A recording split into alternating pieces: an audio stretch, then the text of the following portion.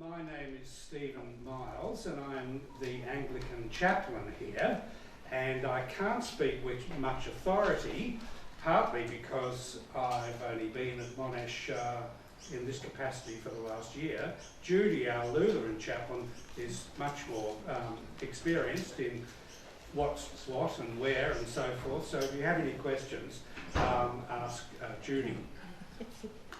We also have present with us Mohammed, our Muslim chaplain, and and Barbara Shea, our lay Catholic chaplain. So as far as the Monash chaplaincy is concerned, we now number in this group, well, a good fraction, I suppose, and we welcome you here to Monash University. I would like now to introduce Des and call on him to then introduce Nasir for our lecture this evening. Thank you.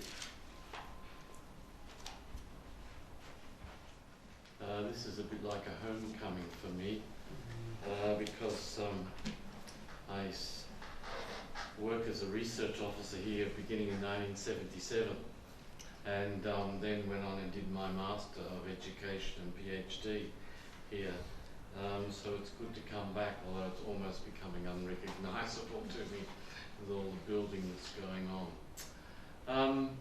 This is the third function that we've been associated with in the UN Interfaith Week, which began in 2010, passed by the United Nations General Assembly to be observed at the beginning of February each year.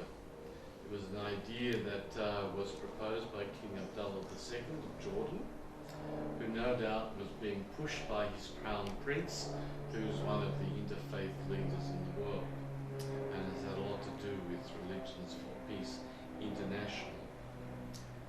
The first one was at our own Parliament House at the top of Burke Street, where we joined with Helen Summers, who's on our committee board, whatever we call it,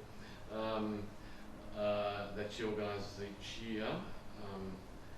And then last night, for the very first time ever, we had in Canberra the United Nations Interfaith Week event, is how it was termed. And it was done through what's known as the Parliamentary Friends of Multiculturalism. And Parliamentary Friends are always a bipartisan body, so this time it was the two are Maria van Buckinghamshire, who represents the electorate of Colwell out there at Broadmeadows, Campbellfield, which she claims is the most Catholic, even though she's Greek Orthodox herself, the most Catholic electorate in Australia, particularly because of the Chaldeans, and also the second most Islamic electorate in Australia. And so she's, very alive to the interfaith issue, because there have been some issues out that way. And the other one is Russell Broadbent, the Liberal member down the Latrobe Valley, Traralgon, down that way.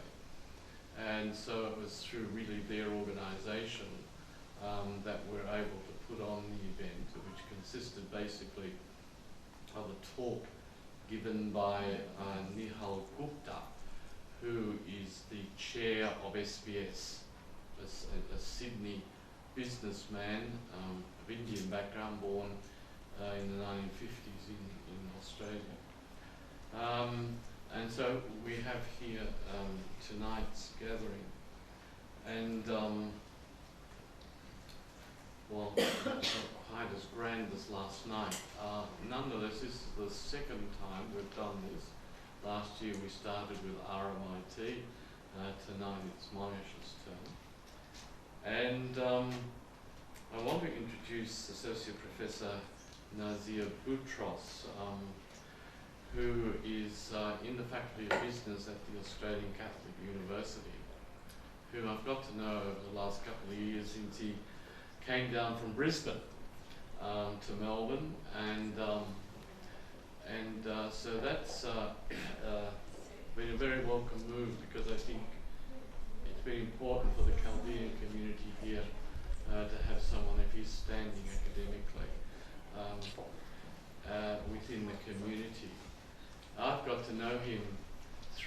membership of the Catholic Ecumenical Interfaith Commission, on which we both sit.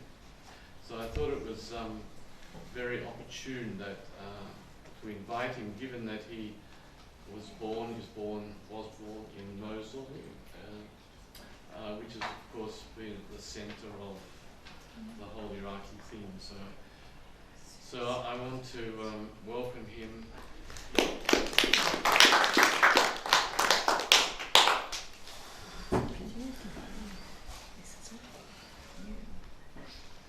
Thank you very much. It gives me great pleasure to be here this afternoon to share with you my experience and my reflections on that experience while I was living in Iraq, born in Iraq, and lived in Iraq for half of my life. Then the other half has been in Australia, plus a bit of Britain for about 5 years. Today's talk is about ethnicity, religions, and harmony, exploring Christian-Muslim relations in Iraq. As they said, I was hoping to use history, geography in my presentation, and maps are very critical in doing so. Therefore, everything I will be saying, I have to refer to a map. So what I will be doing, given the small size, I will hold the map and hopefully you could visualize it with me. That's the best I could do. So, talking about Iraq, where is Iraq? I think that's an invalid question because these days everybody at least know where it is. I've heard about it. Even if you don't want to be interested in it, the media will bring it in front and you can't avoid.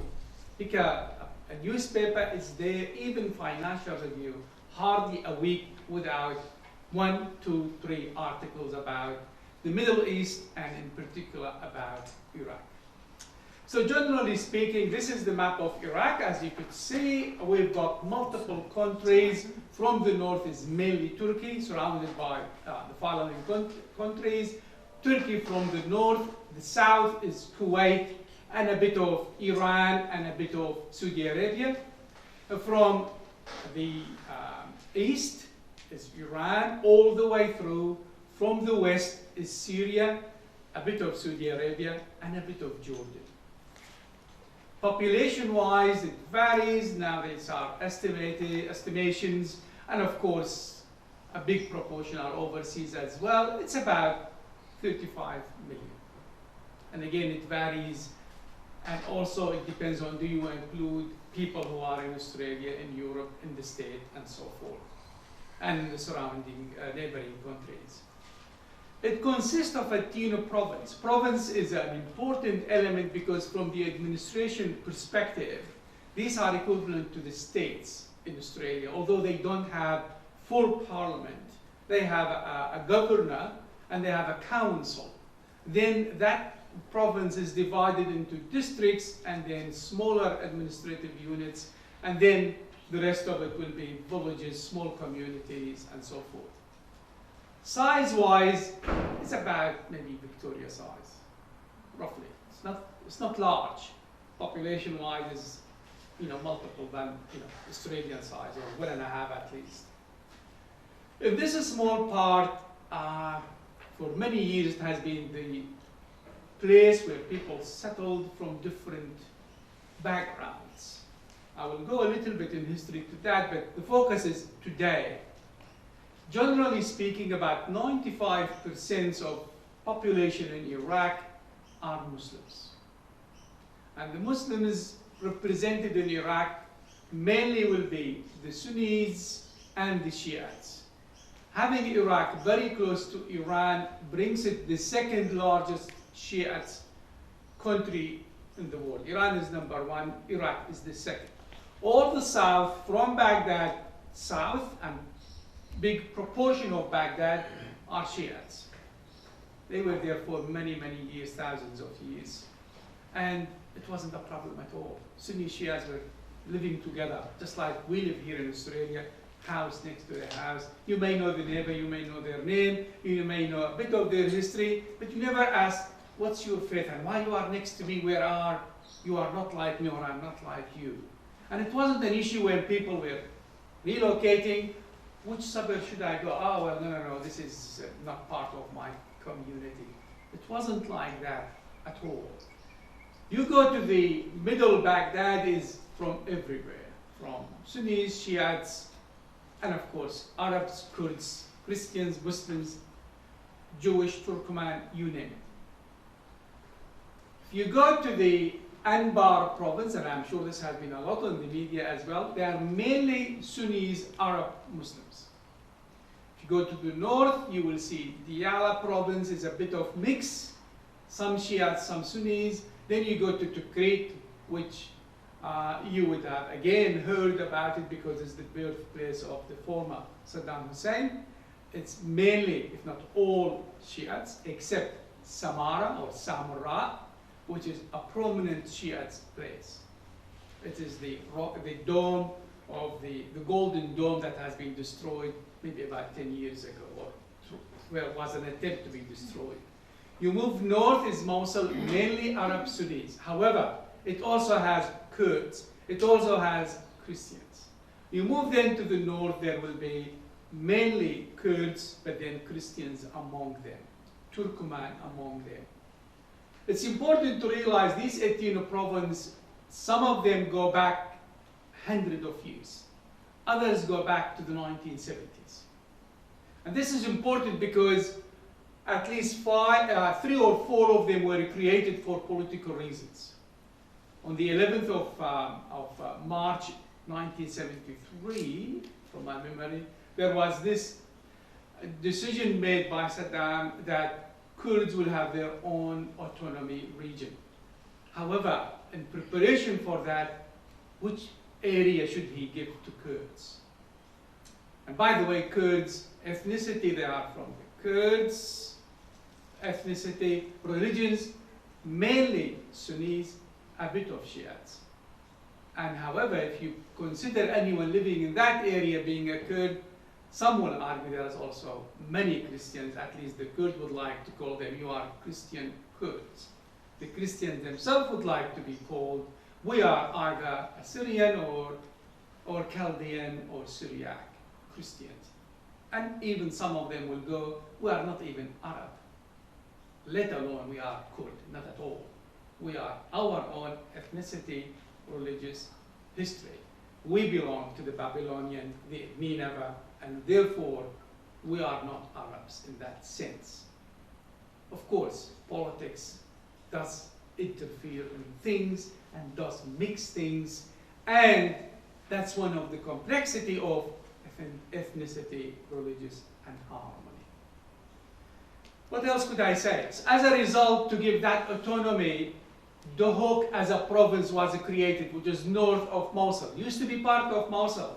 When I was born, 20 years old, that was Mosul till then.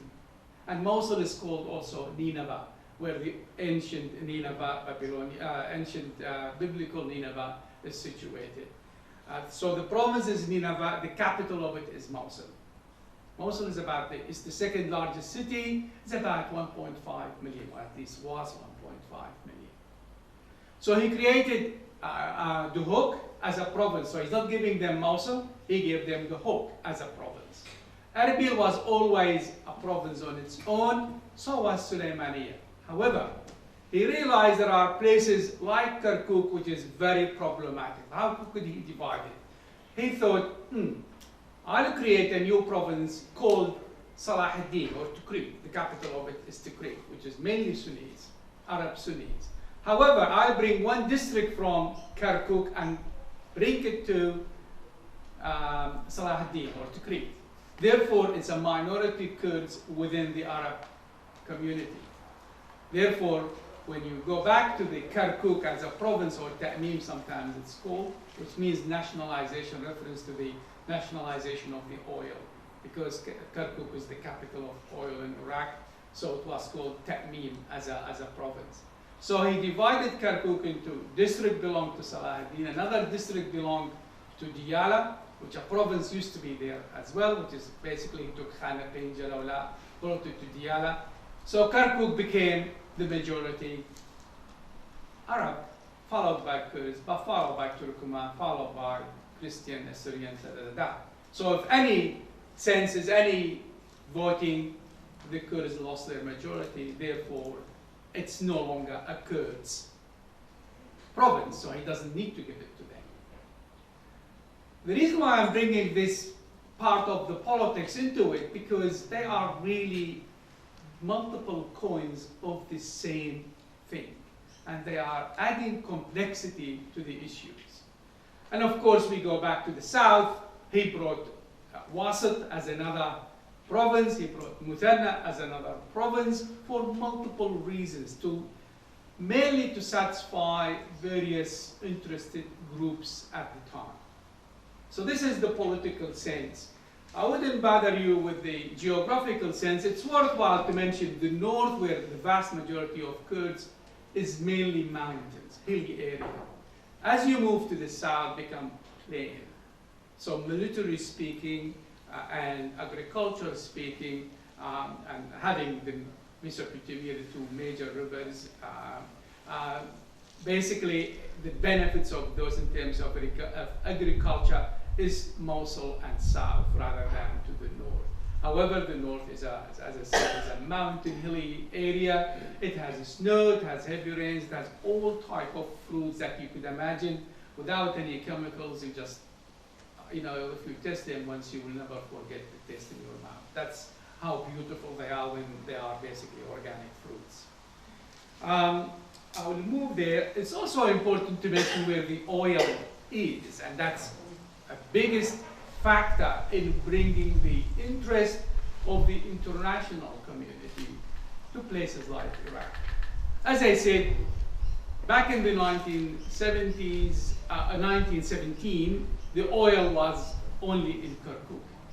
At the time, there was only one refinery in Kirkuk, and most of it will go towards Syria or Jordan, and then to the Mediterranean, and then to the rest of the world. Later on, as a result of the agreements with Russia and so forth, a lot of the southern provinces or southern oil fields were discovered and operated, like in Imara, in Nisan, in Basra itself, and more refineries were established. Beji was another one. If you have heard about the refinery in Beji, which is one of the second largest one. Dora itself in Baghdad has a big refinery. These places are important because what ISIS control now is the vast majority of oil in Mosul itself and other minerals, including uranium and so forth. It's in that part of the world. So that's an important element when it comes to the commercialization and funding of the operations and so forth. It's also important to mention in the 1920s, there was a big, I would say, insurgent, you could call it revolution, you could call it whatever you like, against the British. At the end of the First World War, the Middle East was divided between France and Britain, and Iraq was part of Britain allocation, if you like, and the tribes in the, at least you can see the dots, in the middle of the country revolt against the British Empire control, and they demanded freedom. And that's where the first king of Iraq, who originally was from Saudi Arabia, was put in Iraq as a king. You govern yourself, although behind the doors we know who was governing that place. Until 1958, where another military coup, unfortunately, had the control. The unfortunately is coming because they killed all the royal family and so forth. And then they started the Republic of Iraq that we sort of know today. It's also important to know, back in 1914, when Iraq was part of the Ottoman Empire, there were three vilayat, or wilayat, if you want to put it in Arabic. The German and the Turks like the W to become the V, so it's vilayat. It was the Mosul, and Mosul used to go up to North Iraq and South Turkey. That's all used to be called Vilayat Mosul. There was Baghdad in the middle. There was Basra, that even included all Kuwait and most of the North Arab Peninsula. So these were the administration organization of Iraq during Ottoman Empire. And for those who are involved in history, they will realize that today's boundaries are basically, especially the north one between Iraq, Iran, and between Iraq and Turkey, were drawn by a British, what should I call her, a wonderful lady who went and met with various tribes in the area and asked the question, you are on the boundaries, do you want to be with Iran or with Iraq, with Iran, with Iraq, with Iran, with Turkey? And that's why the boundaries are almost zigzag, kilometers in, 2 kilometers out, 3 kilometers in, every 2 kilometers. And you can see them even in the map, they are everywhere. So there were some historical reasons. As I said, the reason why I am basically presenting these, just to give you the background, and I'll come to the major argument, ethnicity, religions, and harmony. We hear about the Kurds and the wonderful job they are doing in terms of putting, what should I say, putting a stand in front of the ISIS, or Daesh as we call it in Arabic, and how wonderful the Peshmerga fighters or the Kurds fighters are standing and defending Iraq and taking control of many cities, including Kirkuk, for example, once the Iraqi former military army basically fled without any fighting from Kirkuk, from Mosul, and so forth. However, Kurds have their own interests and their own plans. Kurds believe in Greater Kurdistan that goes from Iraq, a bit of Iran, and South Turkey, and a bit of Syria. That's from political aspirations. Within the House of Kurds, if I may use that word, until the 1990s, or maybe late 1990s, there was a big tribe, if you like, struggle between the Masoud al-Barazani, that he is now the president of Kurdistan, and he is the son of the Mullah Mustafa al-Barazani. His father was in control of the first insurgents back in the 50s and 60s, and the Jalal al-Talabani, former president of Iraq, which is Sulaymaniya, mainly sponsored by Iran.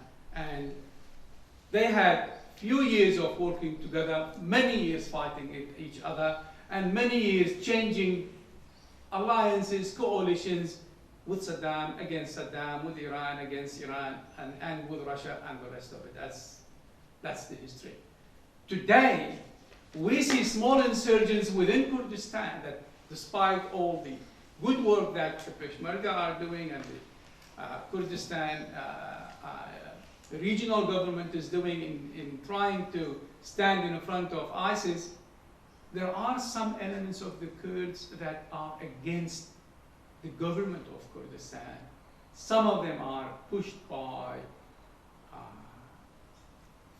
I don't want to mention the powers they are pushed by, but basically they are pushed by external powers, and more likely because the majority of the Kurds are Sunnis, these happen to be Shiites, Kurds. And some of them also have some links with previous Al-Qaeda, and therefore they are fighting the current Kurdistan government. So it's not a clean house, united. There are struggles here and there, small pockets, and so forth. If I mention names, it may mean nothing to you, so I rather just give it an overall indication. One more point I will mention that will be very relevant is this Iraq religious map. As I said, Arab Sunnis are had the control during Saddam and prior to Saddam. They are more educated individuals compared to the Shiites. Shiites about 60%, Sunnis about 35%. And this is the challenge: do you include Kurds in the Sunnis or do you put them separate? Generally speaking, when it comes to religion, ethnicity stands aside and religious becomes the umbrella. So in the south, the vast majority are Arab Shiites. As you move to Diyala, to part of Baghdad, to Crete, to Mosul, the vast majority, if not almost 95%, are Arab Sunnis. come to Mosul and Kirkuk and Duhok and Sulaim and Erbil, the story is different. There are Kurds, and as I said, the vast majority Sunnis, but there are Kurds, also Shiites. There are Turkoman, mainly in Kirkuk itself, which they are the remaining of the Turkish when they were in control, part of the Ottoman Empire. So they are the Turkoman. Some of them are, as I said, in Kirkuk. Some of them are in Tel Afar. You heard about Tel Afar. Some of them are Shiites. Some of them are Sunnis. Some of them fighting with Daesh. Some of them fighting against Daesh or ISIS.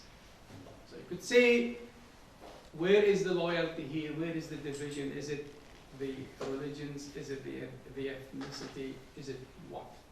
You move more, there is the Christians, and as I said, they are mainly Chaldean, which will be the vast majority of the Christians. Chaldean they are the Catholic version of Christians in Iraq.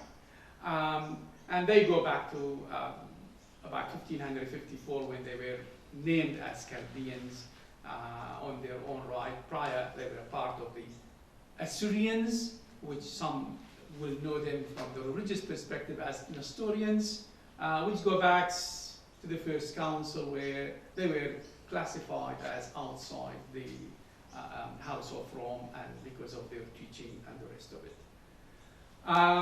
Then there is the Syriac, and they have their own language, which is somehow the Aramaic in different versions, different dialects.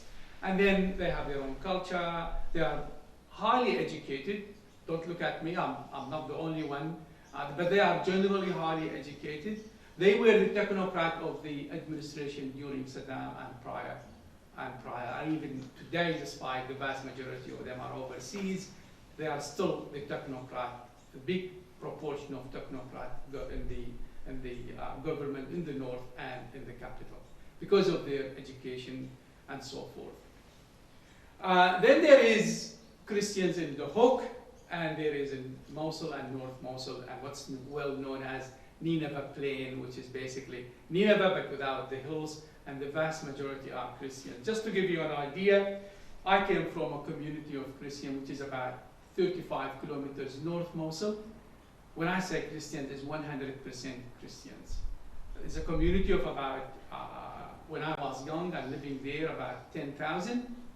At its best, during the last struggles, they became 15, 20, 25, with 6-7 specialized doctors, with 6-7 jewelry shops, with massive equivalent to IGA supermarkets. The rest of it is still called a village. In Australian standards, will be a town at least, if not a city. So this is the vast majority of Christian. Another one, for example, is well known again in the media, Karakosh, which is about 30,000. The vast majority, 95, are Christians. So although the Christians are part of the Iraqi community, they ended up living by themselves in little communities, despite all the civilizations and mix with the other elements of Iraq. The way they mix is not in these communities, but they go to Baghdad, they go to Basra, they go to Mosul and establish their, a small community there, but they will always go back to their origin in these little communities. Then when you go to the whole similar places, but smaller. Instead of 10,000, 5,000, we are talking about 300, 500, 750, but still living by themselves. Very rarely you will see a big city or a big town rather than city with a combination of all the elements, unless you go to the capital of the province, and that is the case, whether it's Mosul, whether it's Duhok or Erbil. Erbil is another example where Ankawa is just about 15 kilometers from it, and Ankawa is one of the best Christian communities when it comes to education, in terms of the level of education between boys and girls of that community that goes back even before I was born. It was typical that they would be graduating from high schools. Now, this sounds very similar, very basic things to Australia. For that part of the world, we are talking in the 1950s, there were secondary school in that place. That was a big, big achievement. Okay, after that, we heard a lot about Yazidi, especially in Sinjar. Sinjar is a district, part of Mosul, and Sinjar, the vast majority of it is Yazidis, and Yazidi again live in their own communities.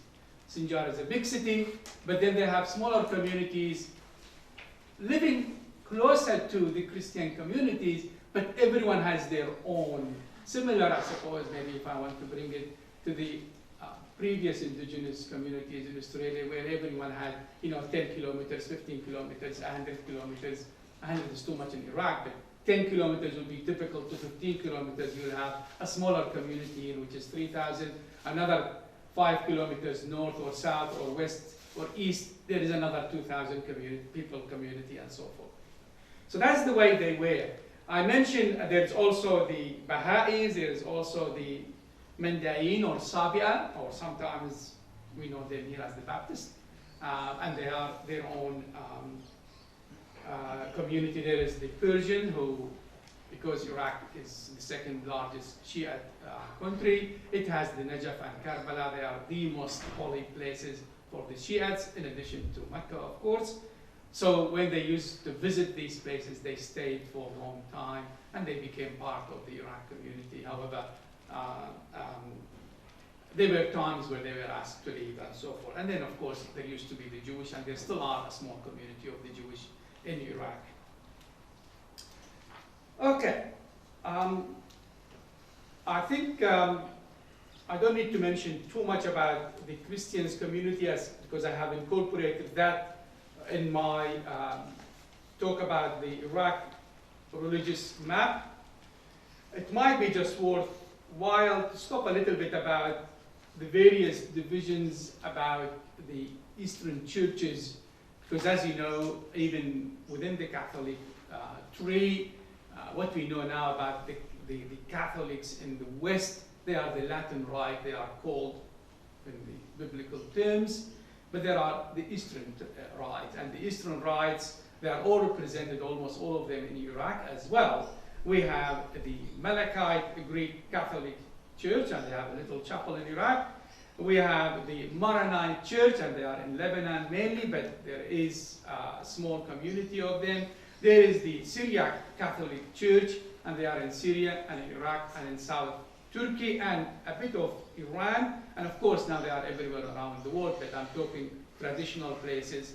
And there is the Chaldean Catholic Church, which is mainly, again, in Iraq, South Turkey, and Syria, and a bit of Iran, and now also they are available in Europe, in the States, and in Australia. Just to mention, in Australia we have one equivalent to diocese, which is based in Sydney with a bishop, and in the States there are 2 diocese equivalent, and in Europe there is 1 diocese in addition to about 10 dioceses in Iraq, mainly to the north, where I was talking about where the Christians are. And of course, there is the ancient church of the East, and there is the Assyrian church of the East. And again, there are some tiny differences between the two. I'm not going to go into details into that, but just to show you a small community of about 1.5 million is subdivided on itself, which means, politically speaking, they wouldn't have that strong say in how things are going. Even if they are all working together,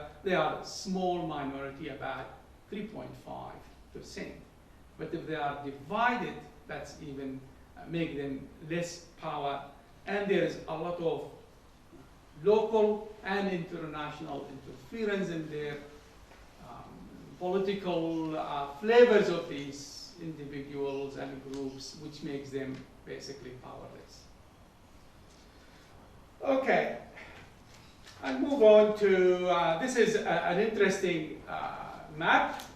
Back in 2005, there was a census conducted in Iraq, as the same with census in Australia.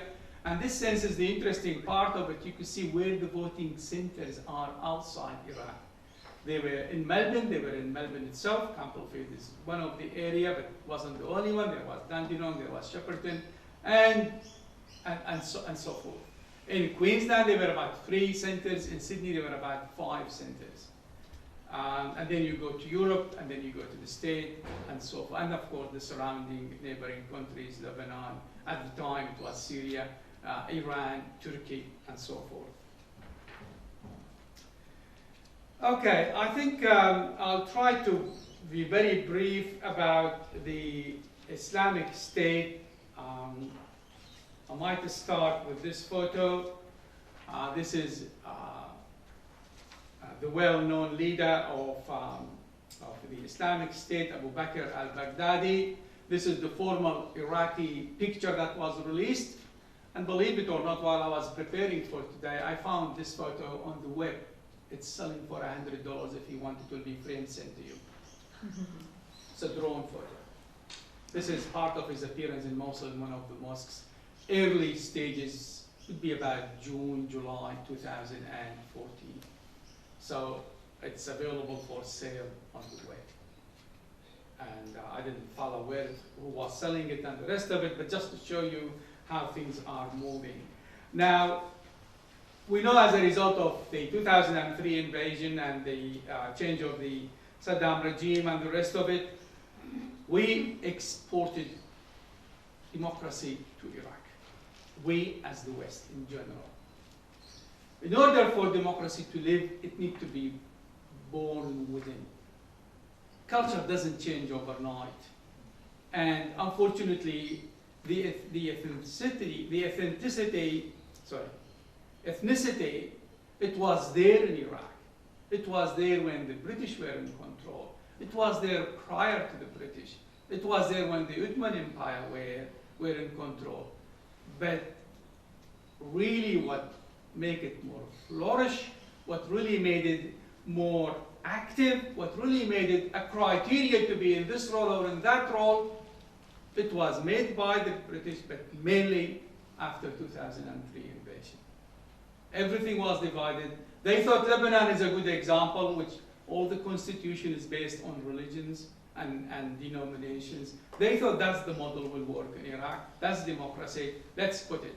The president will be Kurds, Sunni, the parliament chair will be this, the minister will be that, the prime minister will be this, and everything is divided based on what's your ID.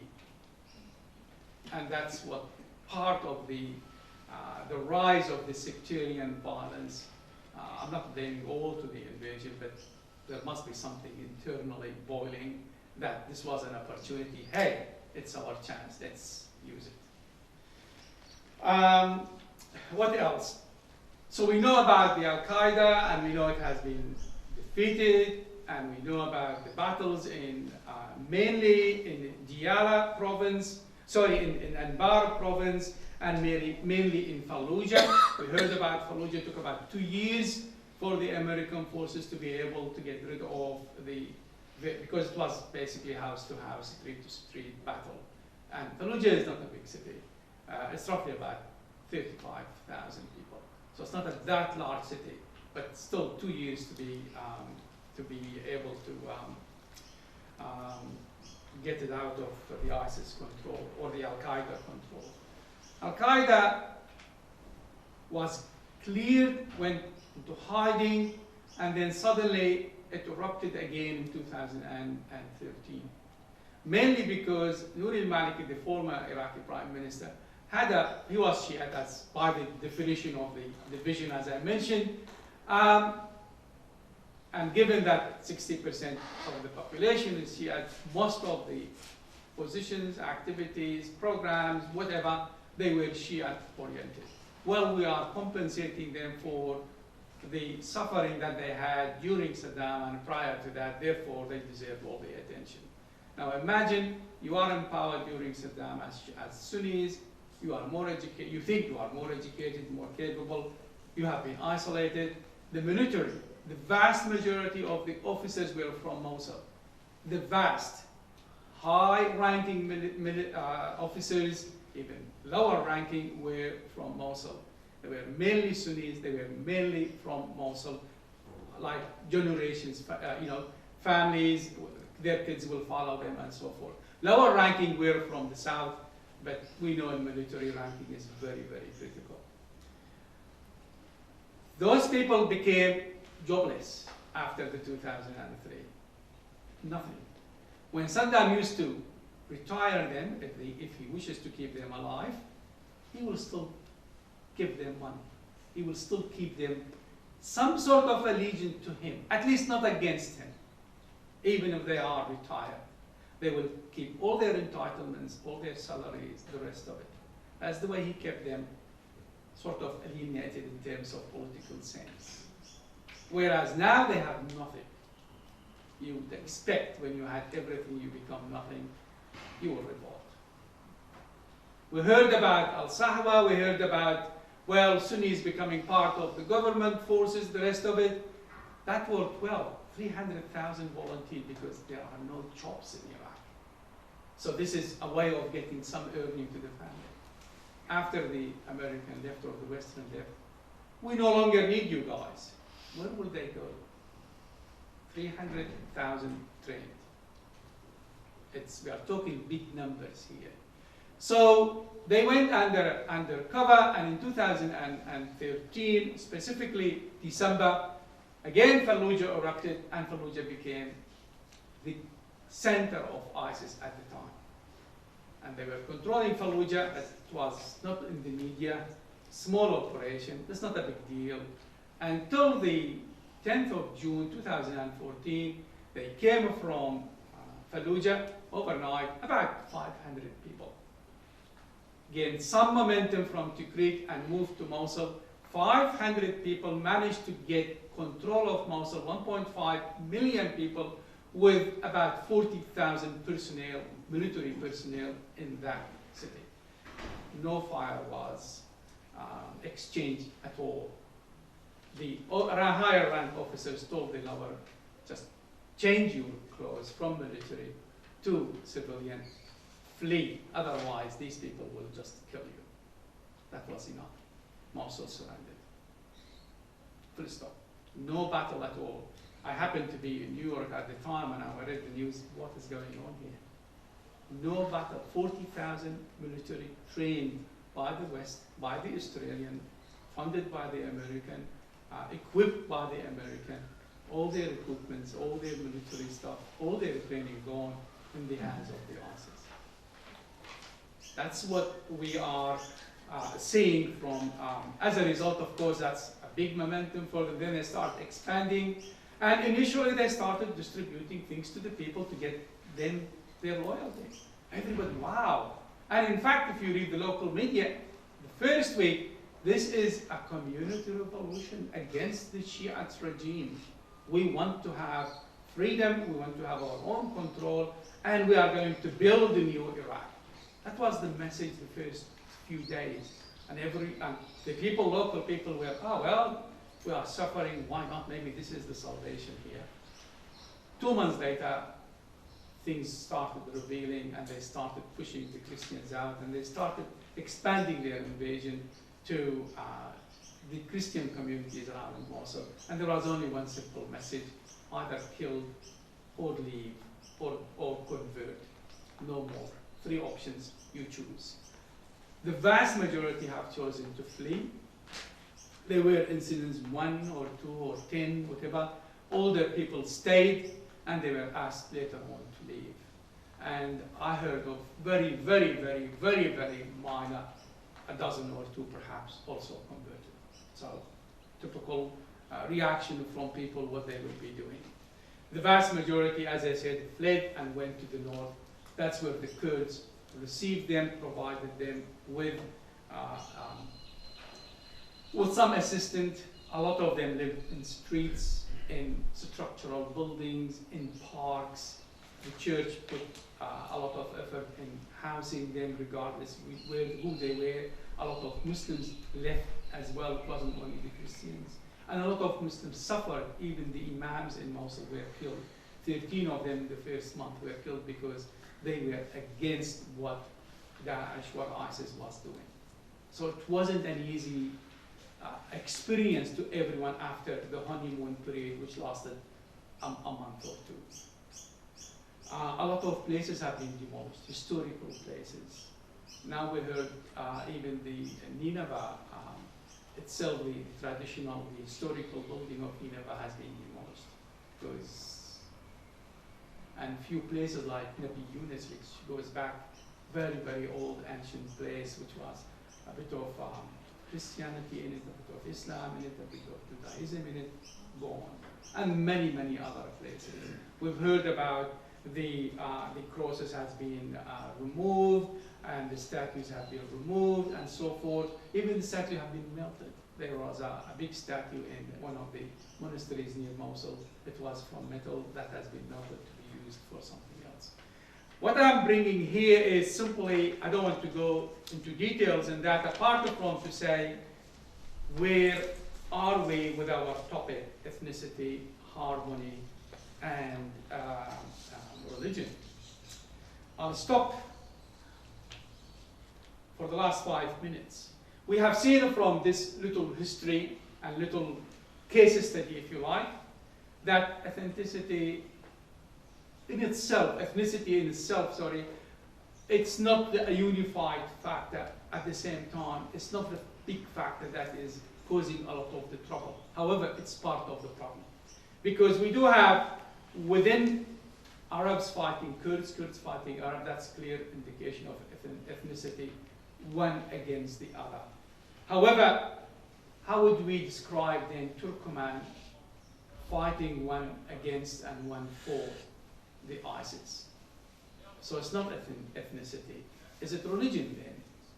Well, if that is the case, perhaps you could give an example of the Arabs, Sunni and Shiites fighting one another in a sense, Kurds, Sunni and Shiite fighting one another. So is it that? Or is it maybe religion in itself? Well, in the last 2-3 months, we are hearing a lot of calls for establishing little military force from the Christian community to fight and hold the land of their ancestries. So it's Christian fighting the Muslims, fighting Arabs, fighting Kurds. Where are we heading in all this argument? To me, we are talking about a multiple layer of complexity. It's all built within religious ethnicity, and then denomination within one religion, and then different loyalties. So that's one area of the complexity. Imagine that within the notion of political coalitions, nationally, locally, internationally, and given the wealth of oil and the rest of it in that part of the world, it will be continually the interest of the superpowers until that those minerals will no longer be there. We are also seeing more and more the rise of what I will call it, at least, the politicization of religion. And to me, that is one of the biggest factors that adding complexity to ethnicity, to religions themselves. What is bringing this politicization of religion? It's nothing new. Religion has been always used as a cover-up to individual interest ambitions. There has been a lot of change between our needs and between my needs. And if you go back to the big two wars in the world, first and second, you will see there's a lot of I across we, and if it's we, it's a small w, a small group, better than the rest, we need to control the others. So there is that big conflict, and then there is that umbrella of religion using it as a political power to achieve their own individual ambitions, interests, which most of the time goes against the interest of the wider community. Of course, I do acknowledge there are a lot of struggles among these communities. I do acknowledge some people might be taken with good faith that this is a salvation for us because the situation is getting so much worse that we can't handle anymore. Maybe this is the way we will follow. At least there is a light at the end of the tunnel. But the vast majority, they are using religion as a political tool, nothing else. Even Saddam claimed he was so religious, and I'm not judging the individual here, maybe he was. But the problem with somebody having a banner, I am Christian, I am Catholic, I am Protestant, I am this, I am that, is you know them by their actions, by the behavior. What is the belief and the value that we hold deeply if they don't reflect our behavior? We are trading them for the stuff, nothing else. So really, if I believe in anything, if I go against it in my life, I really don't believe in that. Otherwise, how could I show I believe in this one? This is highly valuable to me when I'm not practicing what this teaching of that religion is saying. So, where is harmony in all of this? I think I will put a few examples where harmony could and should be the focus. Interfaith dialogue is definitely one element of pathways towards creating harmonious communities. Interfaith dialogue is very, very important. It's important because there is no dialogue if there is no acknowledgement of the other, there is no respect of the other. And if people acknowledge and respect the other, then we are not going to fight the other. I am better than him, than her, than them. Therefore, we are, in a sense, we have differences, but we have the right to exist at the same time. Dialogue also requires the respect of the other. And as I said, in addition to the acknowledgement, and as a result of the dialogue, trust will be built. And when trust is there and respect is there, then integrity of both parties will be respected. And we have differences, and so what? That's normal, not diversity now we call it. And we say it's a strength of the Australian society. Our businesses have one of the strengths in their diversity. Why then a religion becomes a problem? Why isn't also diversity in religions also a strength in our community, in our society? So I believe that interfaith dialogue is definitely one pathway towards creating harmonious society. And of course, that interfaith dialogue could be within one small community, at a larger level, at grassroots level, at leadership levels, and so forth. The other thing that the dialogue brings, and I have been involved in the Catholic-Muslim dialogue in Brisbane and a little bit here, I'm just finding my way, is that it forces you to learn more about your religion because you'll be asked questions. So it's strengthening your own religion, your own values. And that's a good thing in a sense. Because now you are going to realize more what your religion means to you. And then you express that to your counterparts in the dialogue. And require listening, of course. Listening to the other, not only to yourself. So you learn more about the other. And the purpose is not judging the other. The purpose is you are more aware of what the other is about. And they will be more aware of what you are on about. And of course, there are different levels and ways of dialogue. I don't think it's the topic of today, so I'll just move from that. I was privileged last year to be part of a multi-faith group that went to Jerusalem. We were 4 Christians, 4 Muslims, and 4 Jewish from Melbourne. That was the criteria. And I must acknowledge my colleague, Da is there. She was one of the members of the group. We went with the hope that we will dialogue in the holy city of Jerusalem. We had a few meetings here to prepare ourselves. Some of us knew one another, but really we were strangers at the same time from one another, in a sense of, despite those 3 meetings, we were just learning a little bit about one another. And some of us, the leaders of this group, a rabbi and an imam and a parish priest, Catholic parish priest, they were integral, leading and planning of that exercise and that experience. And we had many hurdles on our way. They strengthened that group. But the point I want to make is this. Part of our visits in Jerusalem, of the equally places for all the three religions, exchanging readings, text, difficult text, dialoguing with one another, and living in one small community together. One of the exercises that we had the opportunity to meet with prominent people there, some peace activists, some professors, head of the universities there. But one of the people we met also, which I'm going to quote his word, was the former Israeli ambassador to Australia. And it was a 1-hour dialogue. It was a lovely opportunity. One of the things he said, do not take Middle East to Australia, but bring Australia to the Middle East. That's a very powerful quote.